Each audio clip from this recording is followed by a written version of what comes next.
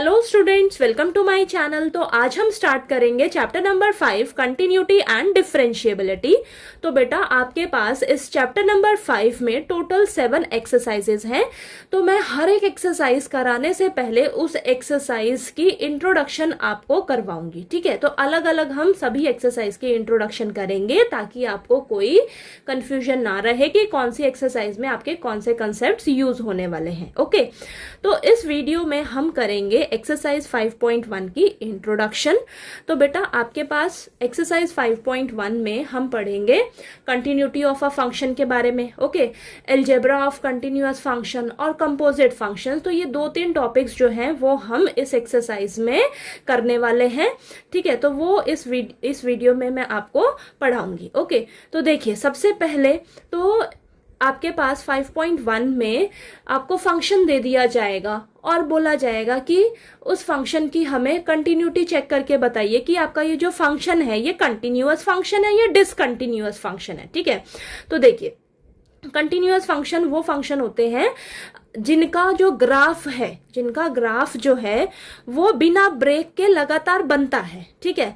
यानी कि आपको अपना पेन उठाना ही नहीं पड़ा ग्राफ बनाने के लिए, ठीक है। आपको पेन उठाना ही नहीं पड़ा ग्राफ बनाने के लिए। आपका जो ग्राफ है वो कंटिन्यूसली बनता ही जा रहा है, तो वो आपका कंटिन्यूअस फंक्शन है।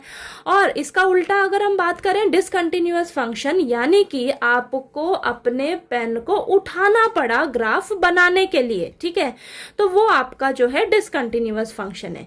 यानी कि आपके ग्राफ में कहीं ना कहीं ब्रेक आ रहा है। तो यहाँ पर आप देखिए ये मैंने ग्राफ बनाया हुआ है, ये आपका ग्राफ लगातार बन रहा है, ठीक है, कहीं से कोई ब्रेक नहीं है, तो ये आपका कंटिन्यूअस फंक्शन का ग्राफ है। और यहाँ पर ये जो ग्राफ बन रहा है यहाँ पर ये टूट गया, ठीक है, टूट गया ना, ब्रेक आ गया इसमें, तो आपको यहाँ पर यहाँ तक गए, फिर आपको पेन उठाने की जरूरत पड़ी, तो ये ग्राफ जो है वो डिसकंटिन्यूअस फंक्शन का ग्राफ है, ठीक है।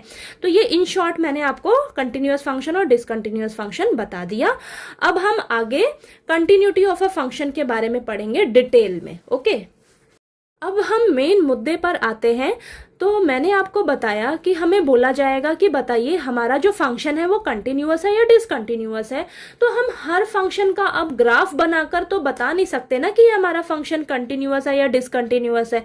तो बेटा हमारे पास फंक्शन की कंटिन्यूटी चेक करने के लिए एक तरीका है, ठीक है। तो ये जो मेथड है ना, इस मेथड से हम किसी भी फंक्शन की कंटिन्यूटी जो है वो चेक करते हैं, ठीक है। तो देखिए इसको समझने से पहले हम डेफिनेशन पढ़ लेते हैं। हमें दिया है a function is continuous at x is equal to c if the function is defined at x is equal to c and if the value of the function at x is equal to c equals the limit of the function at x is equal to c, and if the function is not continuous at x is equal to c, we say f is discontinuous at c and c is called a point of discontinuity of function। तो आपको ये definition थोड़ी उलझन लग रही होगी इसको समझने में, तो मैं आपको इस मेथड से समझाती हूँ कि ये डेफिनेशन क्या कह रही है, ओके। तो देखिए किसी भी फंक्शन की जो कंटिन्यूटी है वो कैसे चेक करेंगे। तो आपको मान लीजिए सी पॉइंट दिया है, ठीक है, सी पॉइंट दिया है, इस सी पॉइंट पर आपको फंक्शन की जो है वो कंटिन्यूटी है चेक करनी है, ठीक है। तो हम क्या करेंगे, उस फंक्शन की वैल्यू निकालेंगे सी पॉइंट पर, ठीक है। यानी कि सी पॉइंट पर जो फंक्शन की वैल्यू आ रही है वो अगर हमारी इक्वल आ जाती है, अगर हम उसी फंक्शन पर लिमिट लगा दें, ठीक है, अगर आप उसी फंक्शन पर लिमिट लगा दो और वो बराबर आ जाए value of the function eight x is equal to सी, यानी कि सी पॉइंट पर जो फंक्शन की वैल्यू आ रही है वो बराबर आ जाती है उसी फंक्शन पर लिमिट लगाने पर, तो हम कहेंगे हमारा जो फंक्शन है वो कंटिन्यूअस फंक्शन है। समझ आई बात। यानी कि आपको कोई भी पॉइंट दे दिया जाएगा कि x इज इक्वल टू 0, 1, 2, ये सभी पॉइंट्स दे दिए जाएंगे कि इस पॉइंट पर आप कंटिन्यूटी चेक करके बताइए, ठीक है। तो हम क्या करेंगे, उस पॉइंट पर उस फंक्शन की वैल्यू निकालेंगे और हम उसी फंक्शन पर लिमिट लगाएंगे, ठीक है, उसी फंक्शन पर लिमिट लगाएंगे। अगर ये दोनों बातें इक्वल आ जाती हैं, ये दोनों चीजें इक्वल आ जाती हैं, तो हम कहेंगे हमारा फंक्शन जो है वो कंटिन्यूअस फंक्शन है, ठीक है।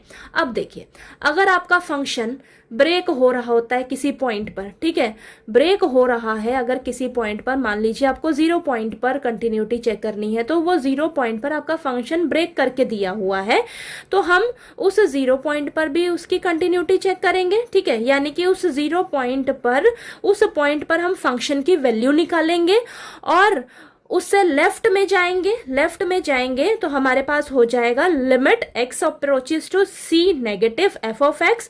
अगर हम उस पॉइंट के राइट में जाएंगे, राइट में जाएंगे तो हो जाएगा हमारे पास limit x approaches to c positive f of x। यानी कि ये हमारे पास लेफ्ट हैंड लिमिट है, ये हमारे पास राइट हैंड लिमिट है। यानी कि आप c पॉइंट पर फंक्शन की जो वैल्यू निकालोगे, ठीक है, सी पॉइंट पर जो फंक्शन की वैल्यू निकालोगे वो बराबर आ जाए लेफ्ट हैंड लिमिट के और बराबर आ जाए राइट हैंड लिमिट के। तो ये अगर तीनों की वैल्यू बराबर आ जाती है तो हम कहेंगे हमारा फंक्शन जो है वो कंटिन्यूअस फंक्शन है।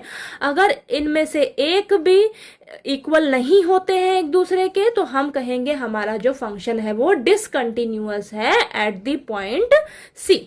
ओके, समझ आई बात? तो बस इसी कंसेप्ट को हम इस एक्सरसाइज में यूज करेंगे। आपको बार बार बोला जाएगा कि हमें बताइए ये फंक्शन हमारा कंटिन्यूअस है या डिसकंटिन्यूअस है, इस पॉइंट पर हमें चेक करके बताइए। बस आपने क्या करना है, उस पॉइंट पर फटाफट से उस फंक्शन की वैल्यू निकालनी है, फिर उसी फंक्शन पर लिमिट लगा देनी है, ठीक है। और अगर आपको आपका फंक्शन ब्रेक करके दिया है तो उसी पॉइंट पर आप फंक्शन की वैल्यू निकालें, फिर आप लेफ्ट हैंड लिमिट लगाएं, राइट हैंड लिमिट लगाएं। अगर ये तीनों चीजें इक्वल आ जाती है, ये कंडीशन आपकी फुलफिल हो जाती है, तो हम कहेंगे हमारा फंक्शन जो है वो कंटिन्यूअस फंक्शन है, ठीक है। तो चलिए एक्सरसाइज जब हम करेंगे ना, क्वेश्चंस करेंगे, तब आपको ये अच्छे से क्लियर हो जाएगा कि मैं यहाँ पर क्या कहना चाह रही हूँ, ठीक है। तो चलिए आपको ये थोड़ा बहुत क्लियर हो गया होगा ना क्या क्या करना है आपको। ओके, अब हम नेक्स्ट पढ़ेंगे अलजेब्रा ऑफ कंटिन्यूअस फंक्शन। अब नेक्स्ट टॉपिक है हमारे पास अलजेब्रा ऑफ कंटिन्यूअस फंक्शन। तो बेटा अलजेब्रा का मतलब तो आपको पता ही है, एडिशन, सब्ट्रैक्शन, मल्टीप्लिकेशन, डिवीजन। तो ये सब चीजें हम अप्लाई करने वाले हैं कंटिन्यूअस फंक्शन पे, ठीक है। तो चलिए समझते हैं। तो देखिए बेटा, अगर आपके पास मान लीजिए दो फंक्शंस हैं f of x and g of x, ठीक है, तो ये दोनों फंक्शन क्या है आपके, कंटिन्यूअस फंक्शन है एट c पॉइंट पर, ठीक है, एट रियल नंबर c। यानी कि c पॉइंट पर x is equal to c point पर आपके ये जो दोनों फंक्शंस हैं ये कंटिन्यूअस हैं, ठीक है। तो अगर हम इन दोनों फंक्शंस को ऐड करते हैं, ये दोनों फंक्शन आपके कंटिन्यूअस फंक्शन है, तो जब आप दो कंटिन्यूअस फंक्शन का सम करोगे तो वो भी आपका कंटिन्यूअस ही होगा at x is equal to c पर। ओके, तो देखिए अब नेक्स्ट है, अगर आप इन दोनों फंक्शंस को आपस में माइनस करते हो, यानी कि दोनों कंटिन्यूअस फंक्शन को अगर आप सब्ट्रैक्ट करते हो तो आपके पास जो रिजल्ट आएगा वो भी क्या होगा, कंटिन्यूअस ही होगा at x is equal to c पर। ओके, अब नेक्स्ट है, अगर आप दोनों फंक्शंस को f ऑफ x और g ऑफ x को आपस में मल्टीप्लाई करते हो, तो यानी कि दो कंटिन्यूअस फंक्शन अगर आपस में मल्टीप्लाई होते हैं तो वो भी कंटिन्यूअस होंगे at x is equal to c। अब लास्ट है हमारे पास f of x divided by g of x। अगर दो कंटिन्यूअस फंक्शंस आपस में डिवाइड हो रहे हैं तो वो भी कंटिन्यूअस होंगे at x is equal to c। बस यहां पर आपको एक चीज का ध्यान रखना है। क्या ध्यान रखना है, आपका जो g ऑफ x है वो 0 नहीं होना चाहिए, ठीक है। देखिए अगर आपका ये 0 आ जाता है, अगर आपका ये 0 आ जाता है तो फंक्शन तो आपका नॉट डिफाइंड हो जाएगा ना, ठीक है। आपका जो रिजल्ट होगा वो तो नॉट डिफाइंड हो जाएगा, ठीक। तो हमारा ये जो g ऑफ x है ये 0 के इक्वल नहीं होना चाहिए, ठीक है। तो ये हम कुछ कंसेप्ट्स हैं जो इस एक्सरसाइज में आपको यूज आएंगे, ठीक है, यूज होने वाले हैं, तो इनको आप अच्छे से समझ लीजिएगा, ठीक है। अब नेक्स्ट लास्ट टॉपिक हम पढ़ेंगे जो यूज होगा इस एक्सरसाइज में, वो क्या है, कंपोजिट फंक्शंस, ठीक है। अब हम बात करते हैं कंपोजिट फंक्शंस कौन से होते हैं, ठीक है। तो देखिए बेटा, the combination of two function is called composite functions, यानी कि जब आप दो फंक्शंस को आपस में मिक्स कर दोगे, कंबाइन कर दोगे, तो वो फंक्शन हमारे कौन से होते हैं, कंपोजिट फंक्शंस होते हैं, ठीक है। मान लीजिए आपके पास दो फंक्शंस हैं, f of x and g of x. अब ये दोनों फंक्शंस आपके क्या है, कंटिन्यूअस फंक्शंस हैं, दोनों फंक्शंस आपके कंटिन्यूअस फंक्शंस हैं। तो अगर आप फोग निकालो या गोफ निकालो, यानी कि एफ ऑफ जी एक्स करो या जी ऑफ एफ एक्स करो, ठीक है, तो वो भी आपके क्या होंगे, कंटिन्यूअस फंक्शन ही होंगे, ठीक है। यानी कि अगर आप दो फंक्शंस का कॉम्बिनेशन करते हो, ठीक है, दो फंक्शंस को कंबाइन करते हो, दो कंटिन्यूअस फंक्शन को कंबाइन करते हो, तो वो भी आपके पास क्या होंगे, कंटिन्यूअस फंक्शन ही होगा। तो एग्जांपल जैसे देखते हैं, एफ ऑफ एक्स मान लीजिए आपके पास 2x है, जी ऑफ एक्स आपके पास x प्लस 4 है, ठीक है। तो मैंने बोला कि ये दोनों फंक्शंस आपके कंटिन्यूअस फंक्शन है, ये भी लीनियर फंक्शन है, ये भी लीनियर पॉलिनोमियल है ना, सॉरी ये लीनियर पॉलिनोमियल है, ये भी लीनियर पॉलिनोमियल, दोनों कंटिन्यूअस फंक्शन है।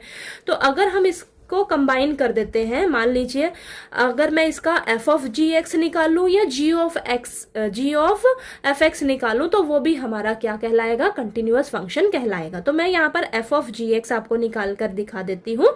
तो देखिए एफ ऑफ जी एक्स कैसे निकालेंगे, एफ ऑफ जी एक्स, तो देखिए यहां पर जी एक्स वाला फंक्शन रखिए, क्या है, एक्स प्लस 4 रखा मैंने, ओके। अब यहां पर फंक्शन ये दे रखा है एक्स प्लस 4, यानी कि इसकी जगह हम क्या रखेंगे, एक्स प्लस 4, ठीक है, यानी कि इस x की जगह हम यहाँ पर x प्लस 4 रख देंगे। अब इसमें देखिए इसकी जगह ये चेंज हो जाएगा, x प्लस 4, तो यहाँ पर x प्लस 4 रखेंगे x की जगह, ये रखा x प्लस 4, इसको सॉल्व करोगे तो क्या आएगा आपके पास, 2x प्लस 8, यानी कि f ऑफ जी एक्स आपके पास क्या आया है, 2x प्लस 8। तो ये भी आपका क्या कहलाएगा, क्या कहलाएगा, कंटिन्यूअस फंक्शन कहलाएगा, ठीक है। यानी कि एफ ऑफ जी एक्स क्या है आपका, एक कंपोजिट फंक्शन है, ठीक है, कंपोजिट फंक्शन है, दो फंक्शंस को कंबाइन किया आपने, ठीक है, दो कंटिन्यूअस फंक्शन को कंबाइन किया आपने, तो आपके पास ये आया, और ये भी आपका क्या है, एक कंटिन्यूअस फंक्शन है। तो f of g x is called a composite function. तो हमारे पास हमने क्या पढ़ा, कंटिन्यूटी ऑफ अ फंक्शन के बारे में पढ़ा, अलजेब्रा ऑफ कंटिन्यूअस फंक्शन पढ़ा, कंपोजिट फंक्शन पढ़ा। तो ये कुछ टॉपिक्स हैं जो आपके इस एक्सरसाइज में यूज होंगे। अब हम जैसे जैसे क्वेश्चंस करेंगे ना इस एक्सरसाइज की, तो आपको और अच्छे से क्लियर हो जाएंगे ये सारे कंसेप्ट्स, ठीक है। बाकी मेन आपको इस एक्सरसाइज में हमेशा कंटिन्यूटी चेक करने के लिए कहा जाएगा फंक्शन की। तो मैं एक बार दोबारा से बता देती हूँ, जिस भी पॉइंट पर आपको कंटिन्यूटी चेक करनी होगी ना उस फंक्शन की, तो आपको क्या करना होगा, उस पॉइंट पर उस फंक्शन की वैल्यू निकालनी होगी।